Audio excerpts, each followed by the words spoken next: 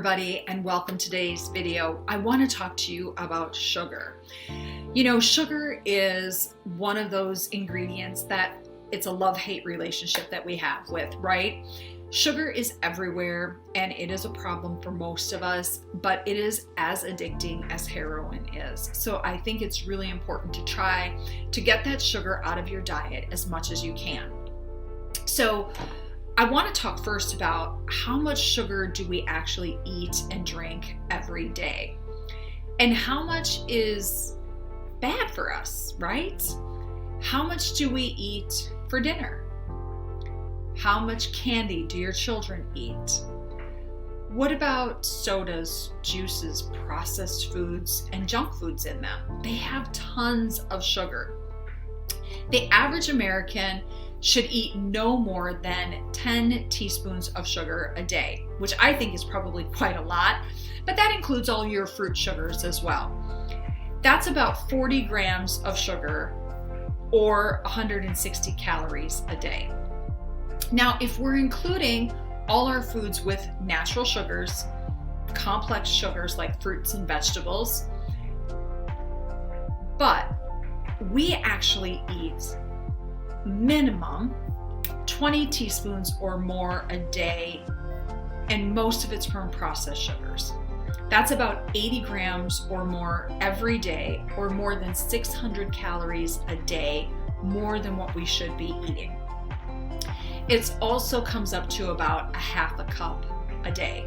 That's a lot of sugar, right? We don't realize it builds up that quickly.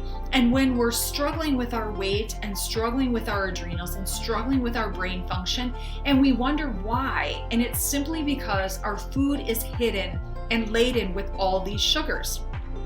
So I want you to start looking at labels and really recognizing where are our hidden sources of sugar, because they are everywhere. And we don't want to get to a place where we're eating 2, 3, 4 pounds of sugar a week or 157 pounds of sugar a year per person. So I want us to start being very conscious about what we're putting in our mouth. And I want you to know if you eat too much sugar or not. So in order to do that, we need to read the labels, right? And so on a nutrition label, you're going to see listed the total carbohydrate content, the fiber content, and then the sugar content.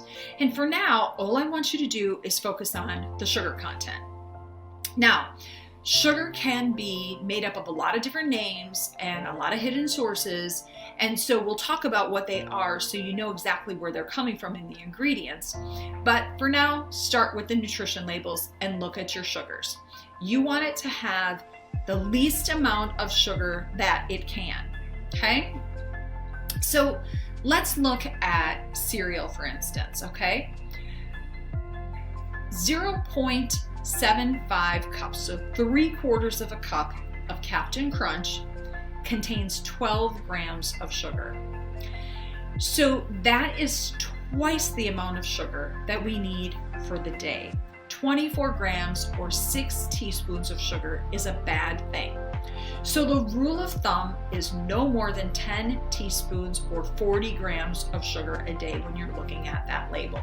So when you look at that 3/4 of a cup of Captain Crunch, you know, let's face it, if you're still eating cereal, which I gave up over 10 years ago, you're pouring the bowl full. That is way more than 3/4 of a cup. That is a bowl full. And so that's more than your sugar content for the entire day. So a lot of people go to yogurt. Let's look at yogurt. Well, low-fat yogurt with fruit has a ton of sugar in it. Look at this label here. This food has 46 grams of sugar in 1 cup, 8 ounces of low-fat yogurt with fruit. That's 11.5 teaspoons per container. That is way too much. Remember, our rule of thumb is 10 teaspoons, no more than 40 grams a day. So if you consumed this low-fat yogurt, you would be over your consumption of sugar for the entire day. So let's look at teaspoons full, right? So 1 teaspoon equals 4 grams of sugar, or it is equal to 15 calories. Let's look at the ingredients for maple sugar, okay? So imitation maple syrup, Aunt Jemima, I can't even think of all the names. It's been so long since I've had them. These kinds of things contain, the very first ingredient, typical, is corn syrup, high fructose corn syrup, water, sugar syrup, and then maybe some maple syrup. And then it's got a bunch of caramel coloring and a bunch of preservatives and a bunch of artificial sweeteners. This is very high in sugar. Whenever you see high fructose corn syrup or corn syrup, put it back on the shelf. You don't want it. That is an artificial sweetener. It's very toxic, it's very inflammatory, and you want to stay away from it at all costs. Now, let's look at yogurt. Culturized, pasteurized, grade A reduced fat milk. Second ingredient, sugar. Third ingredient, high fructose corn syrup again. Next, we've got modified cornstarch, non-fat milk, whey. Then we've got some red dye number 40, which is very toxic. We've got some yellow dye number 5, which is problematic. And I'm going to tell you, if you have kids that are hyper, you want to really stay away from these dyes and artificial colors, because they can create a lot of problems for our kids and their behavior. So when you look at products like this and you're looking at the ingredients, your very first ingredient should not be sugar. The first ingredient in the label is usually what the product is made up of the most of. So if the first ingredient is sugar, 90% of that product is sugar. And so just put it back on the shelf and go for something completely different. When you see an ingredient list that has a product that ends in OSE, that's a sugar. Fructose, that's a fruit sugar. High fructose corn syrup, that is a sugar that's made from corn. Corn syrup. Fruit juice concentrate. Sucrose, that's another form of sugar. Dextrose, another form of sugar. So these are different names that they'll use to confuse you so that you don't realize that it's actually sugar that's in there, or you think that it's a better product than sugar, and it's really not. Sugar is everywhere in our grocery store if you're shopping on the inside aisles. You really want to shop the outside aisles of your grocery store as much as possible and stay out of those middle rows. Those middle rows are where all your high processed foods are going to be, and most of them are going to contain sugars for a variety of reasons. A, they need to make it taste good, and B, they need to have a long shelf life. And in order to do that, they have to put sugar in them. Let's look at some other foods that we consume a lot of if we're not careful and we don't know. Jams and jellies, very high in sugar. Prepared green teas. Iced green tea from Panera, oh, it's great, right? But its second ingredient is high fructose corn syrup. That's why it tastes so well. Granola bars, very high in sugar. Fruit drinks and Kool-Aid, all primarily sugar. Dried fruits, primarily sugar. Anything that is low fat yogurt, low fat sour cream, these are all going to have higher contents of sugar in them because they need to make them taste better. We talked a little bit already about some of the processed foods, but let's take a look at some of these. SpaghettiOs has sugar. Barbecue sauce, full of sugar or high fructose corn syrup. Fruit drinks, instant oatmeal, high in high fructose corn syrup. Sweetened cereals, and of course we all know brownies, cookies, cakes, that kind of thing is all going to have a lot of sugar in it. Ketchup actually has sugar in it. Tomato sauce has sugar in it. If you were going to make your own tomato sauce, would you put sugar in it? You don't need it there. So I really want to encourage you to start looking at relationships with your food and look at the labels. You know, power is where we spend our dollar. And if we want our food supply to change, we need to spend our dollars where it's important. So buy organic, buy things that don't have high fructose corn syrup in them, buy things that are lower in sugar, and eventually these things will get off the shelves because nobody will buy them and they'll just sit there and they'll spoil. And that's what we really want to start to change this environment of food and where we're going with it. So what about those simple sugars, right? So these are sugars that digest very quickly in your body. They're typically empty calories because there's no nutrients in it whatsoever. And this means that they get into the bloodstream very quickly and they don't really do anything for us, but add pounds to our hips and our waist where we don't want them. So try to do healthier sweets and treats if you can, if you need them. Go to your Whole Foods. Get your complex sugars from your sweet tasting fruits. Organic strawberries, raspberries, melons, bananas, that kind of thing. These have a lot of fiber in them as well, so they slow the process of digestion down. This is important for us because we want to have that nutritional value with our food as well as the calories. We just don't want to have empty calories. That's not good for us. So let's look at soda. The next time you reach for a soda, let's look at how the sugar stacks up for soda. 12-ounce can, good amount of sugar. A 2-liter bottle, very high amount of sugar, way more for the day in both of these. You know, when you're talking 40 grams of sugar in a can of pop, you've already exceeded your limit of sugar for the day. In a 12-ounce can of Coke, you're talking 39 grams of sugar. In a 20-ounce bottle, 64 grams of sugar. In a 2-liter bottle, 224 grams of sugar. That's a lot of sugar that you can't waste. In a 12-ounce can, you're talking almost a fourth of a cup of sugar. Who would do a fourth of a cup of sugar in anything that we eat? We wouldn't, right? But we have no problem drinking some of these things and causing us to have a lot of sugar. So if you drink 48 12-ounce cans of soda, you actually drank 5 pounds of sugar. Now, it is not uncommon for some people to drink this much sugar in a week's time. That is a lot of sugar. What about energy drinks? Okay, energy drinks are the latest and greatest thing. Give us that caffeine boost for those people who don't drink coffee. Well, energy drinks like Red Bull actually has 27 grams of sugar in it. And again, our rule of thumb is, you got it, 40 grams of sugar a day. What about some of these green teas that people like so much and they think they're healthy because it's green tea, right?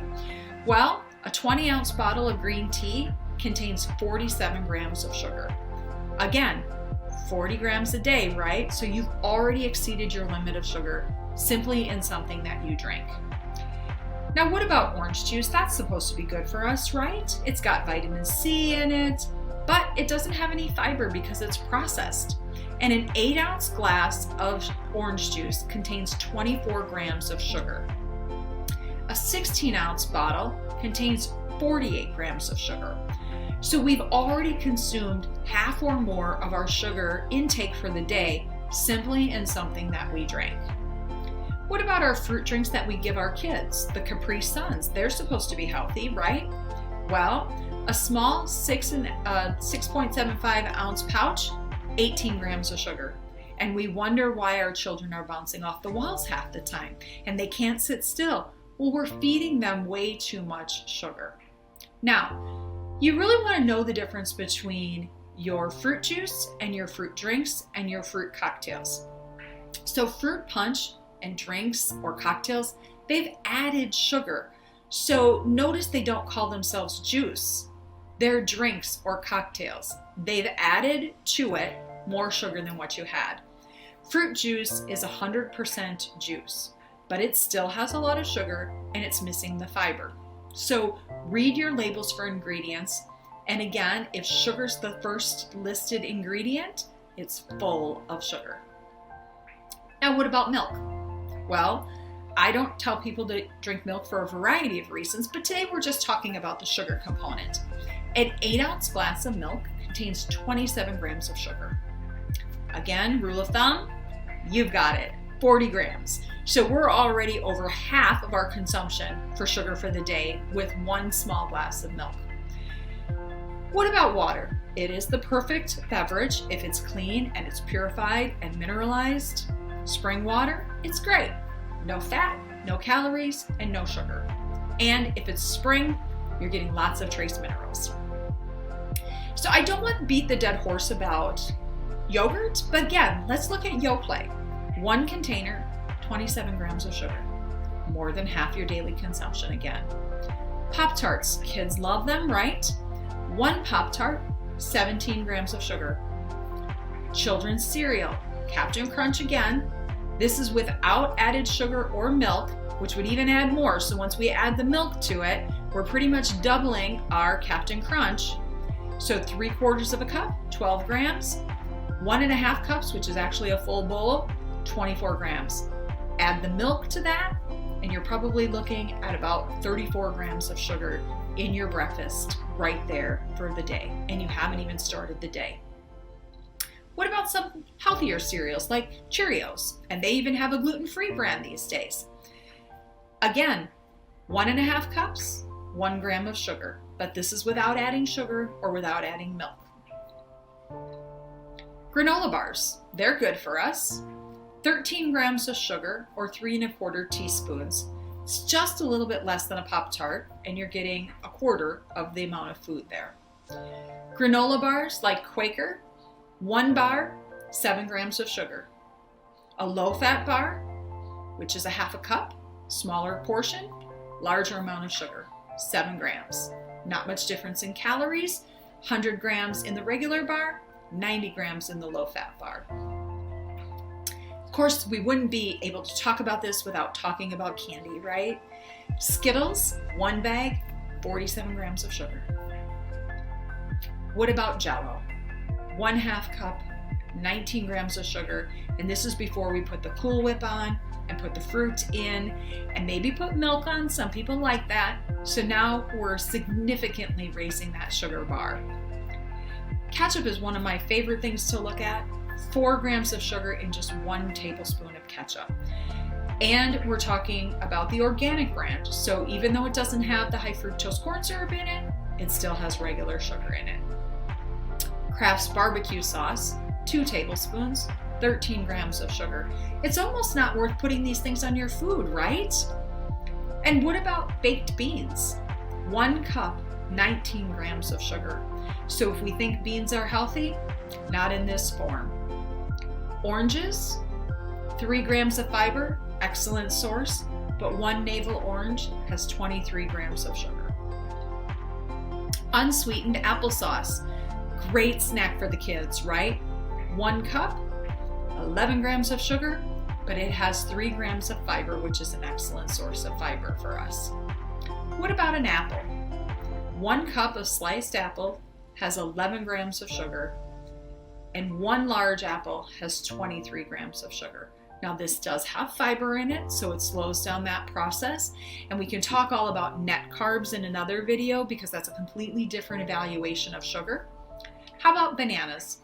Good fiber source, 3 grams, but a whole banana, 17 grams of sugar. Carrots, they're great, right? A healthy snack for us if we're dieting. 3 grams of fiber, excellent source, but it only has 4 grams of sugar. So it does pass the test for us. And what about low-fat, fat-free varieties of foods that are loaded with sugar too? As I mentioned earlier, to make this taste good, they have to add more sugar to everything. Chocolate pudding, 16 grams of sugar in a regular, 15 grams of sugar in a fat-free pudding. So it's not healthier, it's not better for you at all. And Haagen-Dazs ice cream, 1/2 cup, 21 grams of sugar, and 1 pint has 48 grams of sugar. And I know some people that can eat a whole pint of ice cream, right? What about the fat-free Fig Newtons? Again, fat-free is good? No, it's not. It's a lot of processed stuff. 2 cookies, 12 grams of sugar. Now, we want to knock out the sugar, but you might want to have something different to eat besides just water, right? So what about a mix of sugar-free ginger ale, lemon lime, flavored soda or club soda with a real fruit juice? That could work. And what about knocking out the sugar by eating fresh fruits and vegetables that have more vitamins, minerals, and fiber in them? Please start reading your labels. Be an educated consumer. Avoid the sweet and salty effect. And please make your family healthy by reducing the sugar. Even if you cut this in half, it would be a huge benefit to your family. And I want to give a special thanks to the sugarstacks.com for using their photographs, because this was a wonderful lecture series to be able to give. Thank you guys. If you have any questions, go over to our secure Facebook page, post a question. We do our live Q&A once a week. Have a fantastic day.